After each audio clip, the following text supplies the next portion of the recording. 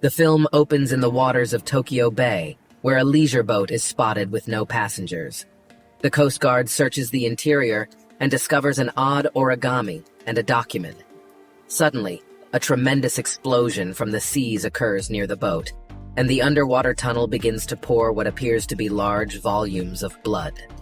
Yaguchi is Japan's deputy chief cabinet secretary, and he has been informed about the incident, as have all other important government officials. No one knows what caused it, but everyone is stunned to watch the disturbing footage of the red liquids in the water. The government rapidly begins evacuating everyone in the tunnel, but loud noises can be heard from below. Civilians documenting the disaster begin to observe what appears to be a giant beast moving in the incident site, and Yaguchi views this footage online as well. He tries to tell the Prime Minister about the findings, but is mocked for making such a preposterous claim. The conference is immediately interrupted when a TV crew captures live footage of the creature, which astounds everyone as they stare at the horror. The beast then continues to move closer to land and into the canals, wreaking massive devastation as it destroys all the boats and bridges along the path. After continuously studying the tape, the scientists notice what appear to be legs on the monster and warn the Prime Minister that the creature may be able to travel on land. The government leaders do not believe this is likely and advise the Prime Minister to use the news conference to reassure the public that they are safe. Before finishing his speech, the Prime Minister learns that the monster has entered the city. The streets are mayhem, and the behemoth scares everyone away with its gigantic form. When it approaches the population center, the creature's gills appear to be leaking blood, perhaps due to its inability to breathe without water. The government tries to control the monster and alerts the public, but the monster keeps destroying the city. Its huge body topples structures and creates a debris trail. The beast crawls slowly, but Tokyo's density lets it cause huge damage quickly. To avoid collateral damage, the administration considers utilizing armed forces, but is reminded to evacuate the people first. An evacuation order is issued, but transporting the entire city of Tokyo in the time available is impossible. The monster continues to cause havoc throughout town, flipping over multiple cars as it crawls down important junctions. The beast scales buildings and effortlessly topples them with its massive body, killing everybody within who did not flee in time. The Tokyo governor asks the self-defense force to stop the monster after seeing its harm. The Prime Minister must declare an exemption to mobilize the armies, because armed forces are only allowed when another nation attacks. In this unusual event, Japan's leader orders helicopters to kill the beast and ground troops to escape.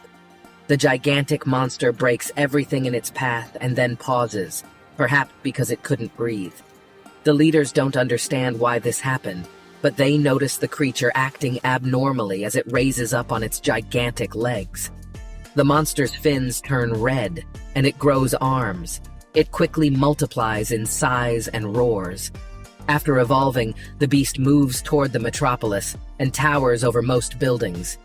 The monster can now stand up and throw trains and cars with its tail, making its motions faster. The helicopters approach the creature, but the pilots note that it appears different from the reports. They position and fire on order.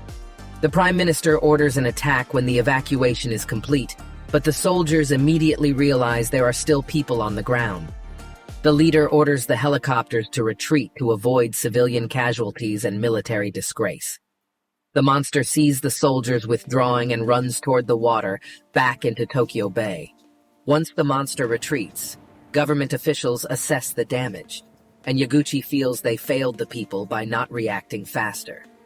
The military cannot locate the thing in the sea. The general says they can only prepare for the next emergence. Next time, the military will utilize tanks, artillery, and airstrikes to defeat the monster. Yaguchi is also ordered to create a task group to combat the creature. The biologist thinks the monster has numerous stages, while the others wonder where it gets its energy to power its gigantic bulk. Only biological nuclear fission seems plausible. After reviewing the monster's data, the team confirms this theory. The creature emits radiation everywhere, putting residents at risk of radiation poisoning. The U.S. President's representative, Kyoko, asks Yaguchi to find Goro Maki, a professor who predicted the monster's coming. The professor is the owner of the yacht that disappeared at the start of the film. He was exiled from Japan for rebelling against the government owing to his hate of nuclear power. Kayoko provides Yaguchi some vital study that the professor has undertaken after giving over the professor's documents found in the pleasure craft, and he labels this monster Godzilla, which means the incarnation of God. Kayoko's report demonstrates that people dumped many radioactive materials into the ocean, causing a creature underwater to evolve. The woman also shows a massive diagram that Dr. Maki left behind, but nobody understands it. Yaguchi orders the team to investigate it promptly because it may reveal the monster's defeat. The team finds a new isotope in Godzilla's radiation, suggesting its body may include unknown materials. The monster has 8 times the genetic information of humans and can self-mutate, making it the most advanced organism on Earth. Godzilla went back into the ocean after morphing because its blood cools its radiation, according to the team. They may use the monster's nuclear energy to freeze it using coagulators. Before the team can implement their preparations, they learn that the creature has returned, this time larger than before. The creature's skin is armor-like, and its tail is a massive weapon. As everyone flees, the monster destroys everything on shore. It enters residential areas and causes more harm. Godzilla now looms over even the tallest skyscrapers and easily destroys houses with each step. The monster continues to march ahead, and the people know that Godzilla is on his way back to Tokyo. The government must act quickly before the beast reaches the capital or destroys a nuclear site, causing much more destruction. Because Yaguchi's plan is still incomplete, the Prime Minister has no alternative but to send the whole Japanese military against the monster. The army lines up the tanks in preparation for the creature. The Prime Minister authorizes all military weaponry. The first wave of attack uses helicopters with autocannons to target the giant's face. They tried heavier ammunition, but the creature was unaffected. The squadron fires many missiles at the monster, producing many explosions. The monster emerges from the fog and survives the Air Force's frantic attacks, shocking everyone. The military starts Plan B by ordering all tanks to fire at the creature's legs, causing continuous explosions. The artilleries also hit the monster's face, but it keeps marching. When it nears the bridge, the assaults slow the beast. The military launches their deadliest weapon at Godzilla, and planes drop bombs that engulf the monster. They drop bombs that explode furiously until the creature changes course. Their attacks infuriated the monster, who threw the bridge at the tanks, forcing them to flee. Concrete projectiles destroy many vehicles and topple the command tower. The military watches on helplessly as Godzilla approaches into Tokyo. Japan now asks the United States for help in destroying Godzilla. 3 American stealth bombers approach Tokyo, but the Japanese recognize that the explosion would do more damage than the monster. The government promptly instructs the military to deploy people underground to avoid explosions. As they don't know if the Americans can stop Godzilla, government officials must also move away. Godzilla stands in the city, glowing red from radiation. Stealth bombers drop many bombs at Godzilla, and they manage to penetrate its skin. Godzilla screams in pain as it bleeds from his wounds. The creature evolves again, converting its red light into a vivid purple. Godzilla opens its mouth as the light continues to glow brighter. Black smoke from its mouth turns into flames that quickly engulf the city, destroying everything. The monster then focuses the flames into a plasma beam that destroys a plane. The Americans drop more bombs at Godzilla, but the giant closes its mouth and shoots numerous beams from its back that destroy the bombs and the bombers. Godzilla then fires a blast at the city, destroying everything in its path, including the Prime Minister's helicopter. The laser knocked down a lot of buildings and sets fire to the city. After spending all its energy, Godzilla shuts down and hibernates as it sits in the rubble of the city. After the attack, Yaguchi returns to the new headquarters to find the Japanese government in disarray after losing the Prime Minister and many officials. He still believes he can stop the monster in hibernation. The government quickly appoints a new Prime Minister, but no one wants to lead during this disaster.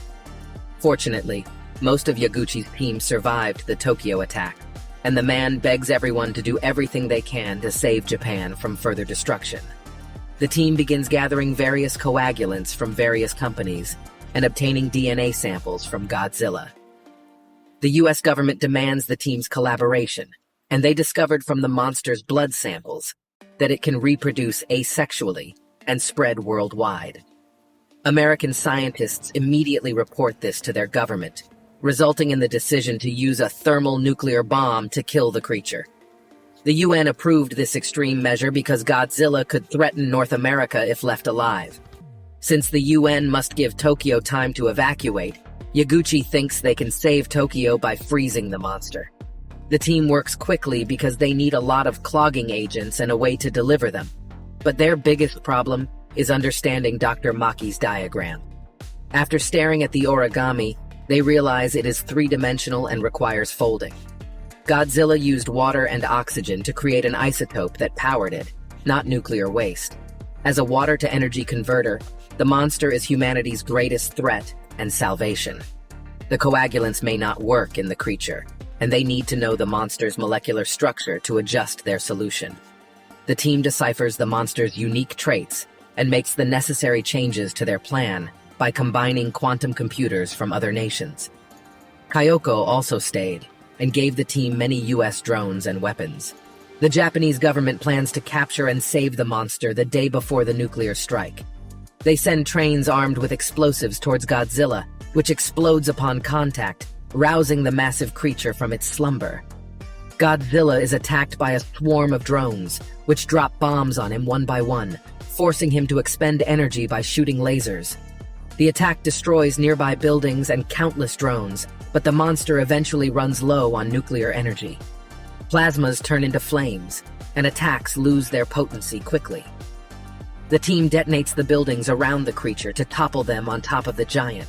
The monster's internal temperature drops dramatically as it runs out of energy after being knocked down by falling objects. After more buildings fall on it, soldiers move in to administer the blood-freezing agents.